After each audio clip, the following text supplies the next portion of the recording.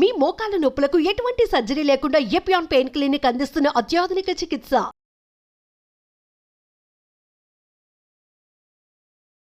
నమస్కారం. ఓం ధన్వంతరాయ నమః. నేను డాక్టర్ చెల్లిమెల శ్రీనివాసరావు, సంస్కృతి కేరళ ఆయుర్వేద పంచకర్మ క్లినిక్ నుంచి మాట్లాడుతున్నాను. ఈరోజు మనము మోకాల నొప్పుల గురించి తెలుసుకుందాం. మోకాల నొప్పులు అనేది సర్వసాధారణంగా ఒక ఏజ్ గ్రూప్ వచ్చిన వాళ్ళలో చూస్తూ ఉంటాం. అంటే ఒక 45-50 ఇయర్స్ వాళ్ళల్లో అది ఏజ్ వల్ల వచ్చిందని చూస్తుంటాం. బట్ కామన్గా ఇప్పుడు 30-40 ఇయర్స్ వాళ్ళల్లో కూడా ఈ ప్రాబ్లం చూస్తున్నాం. అంటే ఉట్టి మోకాల నొప్పులే కాకుండా నడుము నొప్పి అని కానివ్వండి, మెడ నొప్పి కానివ్వండి, ఈ జాయింట్కి సంబంధించి అన్ని నొప్పులు వింటుంటాం. అయితే పర్టికులర్గా మోకాల గురించి ఎందుకు మాట్లాడాలి అంటే, ఇవి మన జాయింట్, అంటే ఇవి వెయిట్ బేరింగ్ జాయింట్స్ అంటాం. ఏంటంటే మనం నడకకి కానీ మన బాడీని ధారణ చేసేవి మోకాళ్ళు. కాబట్టి వీటికి వచ్చే సమస్య గురించి ఈరోజు మాట్లాడదాం. మోకాలు నొప్పులు అనగానే చాలామంది ఏం చేస్తారు, ఆ నొప్పులు వచ్చినప్పుడు ఏదో పెయిన్ కిల్లర్ తీసుకోవడము, లేదా అప్పటికప్పుడు ఎక్సర్సైజ్ లాంటిదో రెస్ట్ లాంటిదో, అంటే వాళ్ళకి తోచిన విధంగా ఆ నొప్పికి టెంపరీగా సొల్యూషన్ చూస్తారు.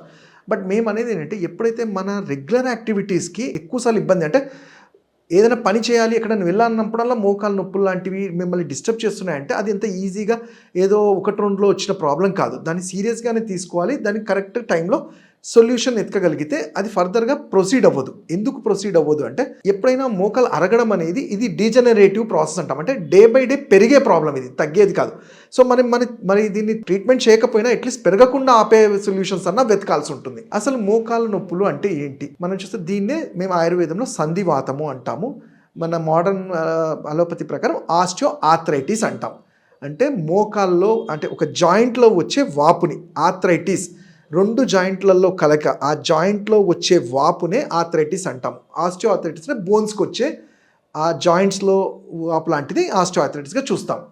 మరి సంధివాతం అంటే కూడా అంతే. సంధి అంటే 2 ఎముకలు కలిసే ప్లేస్, మోకాల్లో 2 బోన్స్ కలిసి అక్కడ కార్టిలేజ్ లాంటిది, పేపర్ లాంటిది మధ్యలో ఉండి మన లిక్విడ్స్ అనే సైనోయల్ ఫ్లూయిడ్ అంటాం. మనకి ఆయిల్ ఎలాంటిది మన ఇంజన్లో, అలా మన శరీరంలో ఈ మోకాల్లో ఆ ఫ్లూయిడ్ అనేది ల్యూబ్రికేషన్ కోసం, అంటే స్మూత్గా మూమెంట్ కోసం హెల్ప్ చేస్తుంది అది. బట్ ఎప్పుడైతే ఈ స్మూత్ జాయింట్ కార్టిలేజ్ రప్చర్ అవ్వడము, అక్కడ ఉండే సైనోయల్ ఫ్లూయిడ్ తగ్గిపోవటం వల్ల రెండు జాయింట్స్లో ఉండే గ్యాప్ తగ్గిపోయి అవి రాపిడికి గురవుతాయి. అంటే ఎముకలు 2 రాపిడి రావడం వల్ల 1 రోజు, 2 రోజులు, 3 రోజులు దానికన్నా ఎక్కువ అవటం వల్ల అవి అరగడం మొదలవుతుంటాయి. అందుకని మేము చెప్పింది ఏంటంటే, ఇవి మీకు ఫ్రీక్వెంట్గా ఇబ్బంది పడుతుంది అంటే ఏదో అప్పటికప్పుడు సొల్యూషన్ కన్నా, ఒక ఎముక అరగాలంటే 3-4 సంవత్సరాలు పడుతుంది. సో మరి 3-4 సంవత్సరాలు మనం ఏం చేస్తున్నాము, టెంపరీగా సొల్యూషన్స్, నొప్పి గోళీలు లాంటిది వాడి ఇంకా కాంప్లికేషన్స్ పెంచుకొని, లేదంటే ఇంకోటి ఏదో చెప్పి రెస్ట్ తీసుకొని దాన్ని ముదిరే వరకు చేస్తున్నాము. అది ఎప్పుడైతే 3rd, 4th డిగ్రీకి వెళ్తుందో సర్జరీ అని వింటున్నాము. అయితే సర్జరీ అనేది ఈవెన్ ఆయుర్వేదంలో మేము కూడా శల్య అంటాం. ఎప్పుడు అవసరమో తప్పకుండా యాజ్ ఎ వైద్యుడిగా మేము సజెస్ట్ చేస్తాం. బట్ అన్ని మోకాల నొప్పులు, అన్ని అరిగిపోయిన వాటికి సర్జరీ ఒకటే సొల్యూషన్ కాదు. మన చేతుల్లోనే ఉంటాయి వాటిని కంట్రోల్ చేస్తూ మెయింటైన్ చేసుకోవటము అనేది. సో మరి ఈ మోకాల నొప్పులు గుర్తించడం ఎలా అంటే, ఎప్పుడైతే మనిషి కాస్త నడుస్తూ కుంటినట్టు నడవటం కానివ్వండి, ఆర్ ఎక్కువసేపు నిల్చున్న పెయిన్ వచ్చేయటము, వాపు లాంటిది, టచ్ చేయగానే చాలా పెయిన్ ఉంటుంది. ఎప్పుడైతే యాజ్ ఎ వైద్యుడిగా మేము చూస్తామో వాళ్ళ మోకాళ్ళు, అక్కడ మనకి తెలిసిపోతుంది. రెడ్గా ఉండడము, స్వెల్లింగ్ రావడము, కొంచెం కాల్ని పైకి అన్నప్పుడు సౌండ్స్ లాంటివి రావటము, అలానే కింది కాళ్ళలో కూడా వాపు లాంటివి చూస్తాం. ఇవి ఆర్థరైటిస్ అనేది చాలా రకాలుగా ఉంటాయి. అంటే rheumatoid arthritis, gouty arthritis, peri arthritis చాలా ఉంటాయి. బట్ ఇక్కడ ఆస్టియో ఆర్థరైటిస్లో ఏంటంటే, ఇది మెయిన్గా ఏజ్ రిలేటెడ్ వాళ్ళల్లో అండ్ ఎక్కువ ఓవర్ స్ట్రెచ్, అంటే ఎక్కువ దూరాలు ఎక్కువసేపు నడవటాలు, రెస్ట్ లేకుండా నిలబడటము, అధిక బరువు ఉన్న వాళ్ళల్లో కాల్షియం తగ్గిపోయి, ఫుడ్లో కూడా న్యూట్రిషియస్ ఫుడ్ లేని వాళ్ళల్లో ఈ ఎముకల్లో ఉండాల్సిన పట్టు తగ్గిపోవటం వల్ల ఆ కార్టిలేజ్ అనేది రప్చర్ అవ్వటం వల్ల రాసుకుంటూ ఉంటుంది. అయితే నేనంటూ ఇది ఏజ్ రిలేటెడ్ వాళ్ళలో, అంటే ఒక 50 ఇయర్స్ వాళ్ళల్లో ఎప్పుడైతే మోకాల నొప్పులు చూస్తామో, బోన్ కన్నా ముందు ఇక్కడ మనం వాళ్ళకి ట్రీట్మెంట్ చేయాల్సింది కణజాలం అంటాం. అంటే ఆ సరౌండింగ్స్లో ఉండే కండరాలు, ఆ మజిల్స్, దాని లోపల ఉండే నర్వ్స్, టెండాన్స్, మజిల్స్, ఈ లిగమెంట్స్ అన్నిటి కూడా వీక్ అవ్వడం చూస్తుంటాం. అంటే ఆ బోన్ని హోల్డ్ చేసే ప్రొటెక్షన్ లేయర్ అంతా కూడా దెబ్బతిని డైరెక్ట్గా బోన్ మీద రాపిడి జరుగుతుంది. సో మనం ఎప్పుడైతే ఆయుర్వేదంలో దీన్ని గుర్తించి ఇది వాతం అంటాం. అంటే వాతం అంటే అక్కడ చాలా ఫాస్ట్గా డ్రైనెస్ పెరిగిపోయి కండరాలు వీక్ అవుతున్నాయి. కాబట్టి ఆ వాతాన్ని కట్టడి చేయడానికి ఫుడ్స్ ద్వారా, ఔషధాల ద్వారా, థెరపీస్ ద్వారా చేయటం వల్ల కండరాలు మళ్ళీ నార్మల్ స్టేట్కి వస్తే ఈ బోన్ని హోల్డ్ చేసుకోగలుగుతుంది. సో ఎప్పుడైతే బోన్కి ఆ రోజువారీ ఫ్రిక్షన్ తగ్గుతుందో రీజనరేట్ అయ్యే ఛాన్సెస్ ఉంటాయి. అయితే అది ఏజ్ ఫ్యాక్టర్ని బట్టి సివియారిటీని బట్టి ఉంటుంది.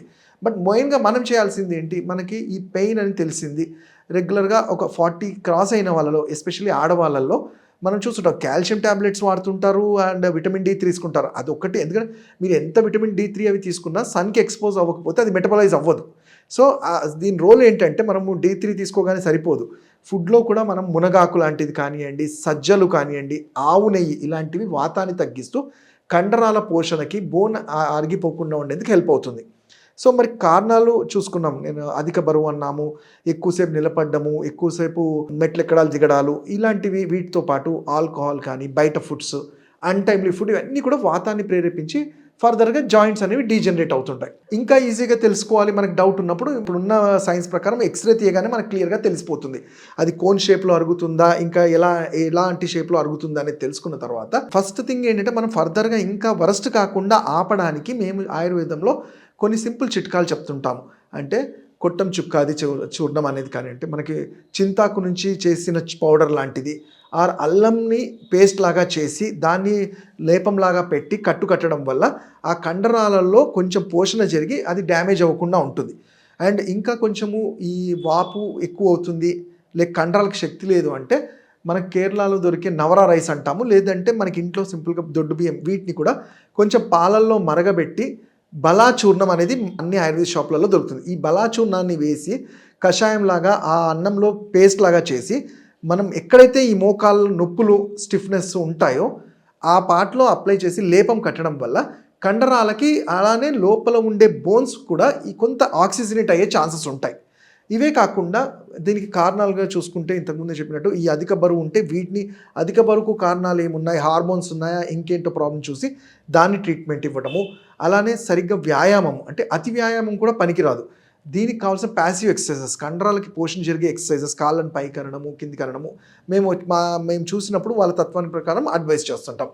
మరి డాక్టర్ గారు ఇవన్నీ కాకుండా మేము ఇంట్లో చేసుకునేవి ఏంటి అంటే, రెగ్యులర్గా మనము ఇంట్లో ఏంటంటే, నేను ఇంతకుముందు సజ్జలు అంటాం, సజ్జ పిండిని మనం గోధుమలు, సజ్జలు, రాగులు కలిపి ఒక పిండిలా చేసుకుని చపాతీలాగా తినడము.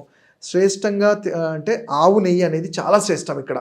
ఆవు నెయ్యికి ఈ వాతాన్ని తగ్గించే గుణం ఉంటుంది కాబట్టి మీ డైట్లో రోజు ఒక చెంచాడు ఆవు నెయ్యి తీసుకోవడము. అలానే శొంఠి కానీ, అల్లం, మన జింజర్, వీటి కషాయం ఒక చెంచాడు వేసి చిన్నగా ఒక చిన్న ముక్కని వాటర్లో వేసి బాయిల్ చేసి ఆ కషాయం తీసుకోవడం వల్ల ఇది యాంటీ ఇన్ఫ్లమేటరీ ఎఫెక్ట్స్ ఉంటాయి కాబట్టి తగ్గుతుంది. కొన్ని సందర్భాల్లో పసుపు అనేది కూడా తీసుకోమంటాము, ఎందుకంటే దానికి చాలా మంచి గుణం ఉంటుంది యాంటీ ఇన్ఫ్లమేషన్ తగ్గించడంలో. కాకపోతే పసుపు తీసుకోమని అదే పనిగా తీసుకుంటే పసుపు అనేది ఏం చేస్తుంది, శరీరంలో వాటర్ని చాలా ఎక్కువగా తీసుకుంటుంది కాబట్టి కిడ్నీ స్టోన్స్గా అలా కూడా టర్న్ అయ్యే ఛాన్స్ ఉంటాయి. కాబట్టి వాటర్ అధికంగా తీసుకోమంటాం, బాడీకి సరైన డిహైడ్రేషన్ అనేది కావాలి అంటాం. అలానే ఆయుర్వేదంలో ఇవన్నీ చేసినా కానీ డాక్టర్ గారు మాకు అంత రిజల్ట్ అవ్వట్లేదు అన్నప్పుడు ఏంటంటే, యాజ్ అ వైద్యుడిగా మేము ఏం చేస్తాము, దీనికి కొన్ని ప్రత్యేక చికిత్సలు ఉంటాయి. పూర్వకర్మ అంటే పంచకర్మకు ముందు పూర్వకర్మాస్ అంటాం. బాడీని క్లిన్స్ చేస్తూనే జానుబస్తి అంటాం. మోకాల్లో గుజ్జు అరిగిపోవడానికి మోకాల్ని జాను అంటాం. దాంట్లో పిండి లాంటిది పెట్టి కొన్ని ఆయిల్స్ని ధారలాగా వేయటము, సర్టన్ వేడితో కొంచెము పీరియడ్ ఆఫ్ టైం వెళ్ళటం వల్ల ఆ ఆయిల్ అంతా అబ్జర్వ్ అవ్వదు, బట్ ఒక 5-10 ml అనేది స్కిన్ పోర్స్లో అబ్జర్వ్ అవ్వడం వల్ల ఆక్సిజనేషన్ పెరుగుతుంటుంది. అది ఒక 7 days, 14 days, 21 days చేయటం వల్ల కండరాలకు కావాల్సినంత పోషణ, నరిష్మెంట్ జరిగి ఫర్దర్గా మన బాడీ డీజనరేట్ కాకుండా ఆపగలుగుతుంది. అలానే లోపలికి తీసుకునే ఔషధాలు, కైశోర గుగ్గులు అనేది ఏంటంటే బైండింగ్ ఎఫెక్ట్ ఉంటుంది, అరగకుండా ఆపే శక్తి, సల్లకి అనేది కార్టిలేజ్ని రీబిల్డ్ చేసేవి, ఇలా ప్రత్యేకమైన ఔషధాలు క్రమం తప్పకుండా, అంటే ఒక పద్ధతి ప్రకారం, అంటే ఏదో పెయిన్ తగ్గాలని చెప్పి 1-2 రోజులు కాకుండా ఒక 3 నుంచి 6 నెలలు, 6 నెలల నుంచి సంవత్సరం వరకు కూడా తీసుకుంటే ఈ ప్రాబ్లం అక్కడే ఉండి తర్వాత ఎటువంటి ఇబ్బందులు లేకుండా మీ పనులు మీరు చేసుకోవడానికి తప్పకుండా హెల్ప్ అవుతాయి. ఇంకా వీటి గురించి మీరు తెలుసుకోవాలంటే నన్ను పర్సనల్గా వచ్చి కలవచ్చు, లేదా ఆన్లైన్ కన్సల్టేషన్ అని చేయొచ్చు. కుకట్పల్లిలో కానీ, నాగోల్లో కానీ. నా నంబర్ 7658909501. Thank you.